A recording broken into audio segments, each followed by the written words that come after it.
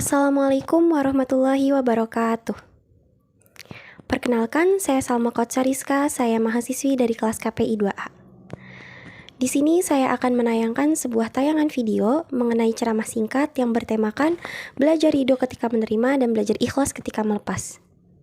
Tujuan video ini sebagai pemenuhan tugas UAS mata kuliah Retorika Dakwah. Selamat menyaksikan.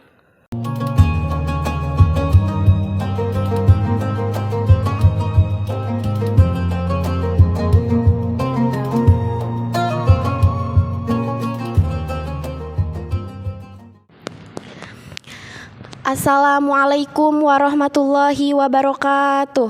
Waalaikumsalam warahmatullahi wabarakatuh. Alhamdulillahirabbil alamin wa bihi nasta'in wa ala umuri dunya waddin wassalatu wassalamu ala asrofil anbiya'i wal mursalin wa ala alihi washabi ajmain amma ba'du.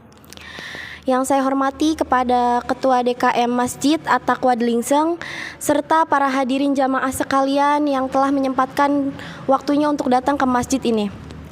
Pertama-tama marilah kita panjatkan puja dan puji syukur atas kehadirat Allah Subhanahu wa taala yang telah memberikan kita nikmat sehat serta nikmat iman dan Islam.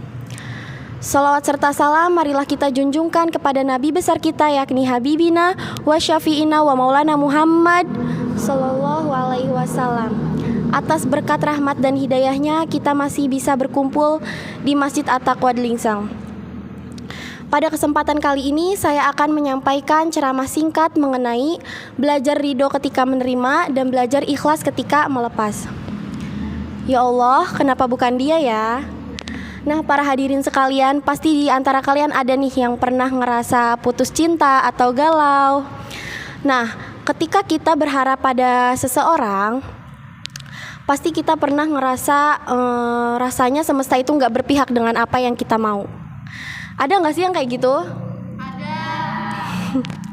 Nah, misal ketika kita berharap pada seseorang dan orang itu sudah kita anggap menjadi rumah, tapi kenyataannya dia itu hanya singgah. Sakit gak? Wajar ya, manusiawi. Tapi rasanya ada rasa yang harus kita jauh lebih hadirkan ketika kondisi kita itu tidak sesuai dengan harapan. Kadang-kadang memang gak semua hal itu harus sesuai dengan rencana kita. Nah, maka dari itu kita harus selalu mempunyai sikap husnuzon kepada Allah dengan apapun yang ada, dengan apapun yang datang ke hidup kita. Termasuk dengan skenario ketentuan yang telah Allah hadirkan untuk kita semua. Misal tentang jodoh gitu. Jodoh itu kan di tangan Allah. Kadang-kadang sekuat apapun kita berusaha, sehebat apapun kita ikhtiar, tapi kenyataannya kalau Allah mempunyai rencana lain tentang jodoh kita tidak bisa berbuat apa-apa. Nah, maksudnya apa? Dalam proses menemukan jodoh terbaik, kita itu harus menghadirkan Allah di dalam diri kita. Jodoh itu kan dicari dan dinanti. Dicari dengan cara yang terbaik dan dinanti dengan penantian terbaik. Misal, ketika kita berharap kepada seseorang tapi kenyataan tidak berpihak, itu kita jangan galau, jangan sedih. Kita itu harus mikirnya lebih terbuka gitu loh. Harus husnuzon kepada Allah. Jangan ada bahasanya kayak gini. Ih teteh, saya teh semenjak putus sama dia jadi gak bisa makan apa-apa. Iya kenapa tuh Neng emangnya? Iya karena hampir semua menu sudah saya makan bersama dirinya. Aduh, rasanya kalau bahasanya kayak gitu rapuh banget gitu ya hidup. Nah, jadi sikap terbaiknya apa? Sikap terbaiknya kita harus selalu husnuzon kepada Allah Subhanahu wa taala. Nah, maka ketika kita berharap pada seseorang lalu kenyataannya tidak berpihak, kita itu harus ridho dulu, kita harus nerima dulu, kita harus buka mata, buka hati. Lalu kita yakin bahwa apapun yang terjadi di dunia ini pasti akan ada hikmahnya yang telah Allah hadirkan untuk kita semua. Nah, ada 3 keyakinan yang harus kita pastikan ada di dalam diri kita. Yang pertama, kita harus yakin bahwa tidak ada yang sayang melebihi apapun kecuali Allah Subhanahu wa taala. Tidak ada yang mengetahui tentang diri kita kecuali Allah Subhanahu wa taala, dan yang terakhir tidak ada yang mengangkat kesulitan kecuali Allah Subhanahu wa taala.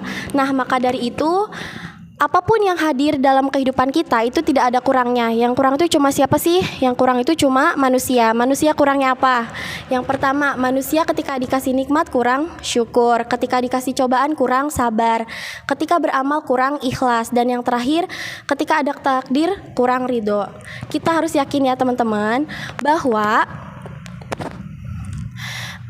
Allah itu tidak akan memberikan beban kepada umatnya melebihi batas kemampuannya. La yukallifullahu nafsan illa wus'aha. Allah itu memberikan beban kepada kita karena Allah itu tahu bahwa hati kita, tubuh kita, pundak kita, bahu kita itu siap untuk menerima semua itu yang telah Allah siapkan sesuai porsinya masing-masing. Nah, lalu fa inna ma'al usri yusra, inna ma'al usri yusra. Sesungguhnya bersama kesulitan ada kemudahan, sesungguhnya bersama kesulitan ada kemudahan. Maka ketika kita nih ngerasa lagi ditinggalin sama seseorang, ya udah kita cuek aja, kita bodo amat gitu ya. Kita itu harus buka hati, lalu kita jadikan kesendirian kita itu momentum terbaik supaya kita menanam kebaikan saja. Nah, kuncinya tuh apa sih? Kuncinya tuh belajar ridho ketika menerima dan belajar ikhlas ketika melepas. Lalu misalkan hati kita bertanya-tanya, kok belum ada penggantinya? Mungkin itu ada di hati kita masalahnya. Mungkin kita belum bisa ridho, mungkin kita belum ikhlas. Tapi ketika kita sudah menerima semua itu, yakin deh dan percaya bahwa semua apapun yang terjadi akan ada hikmahnya. Nah, maka cinta terbaik itu bukan dia yang datang karena kelebihanmu, tapi cinta terbaik itu adalah dia yang siap bertahan walaupun tahu kekurangan yang ada di dalam dirimu. Mungkin cukup sekian, kurang lebihnya saya mohon maaf. Wassalamualaikum warahmatullahi wabarakatuh. Mungkin cukup sekian video yang dapat saya tampilkan. Apabila banyak kurangnya, saya mohon maaf. Wabillahi taufiq wal hidayah. Wassalamualaikum warahmatullahi wabarakatuh.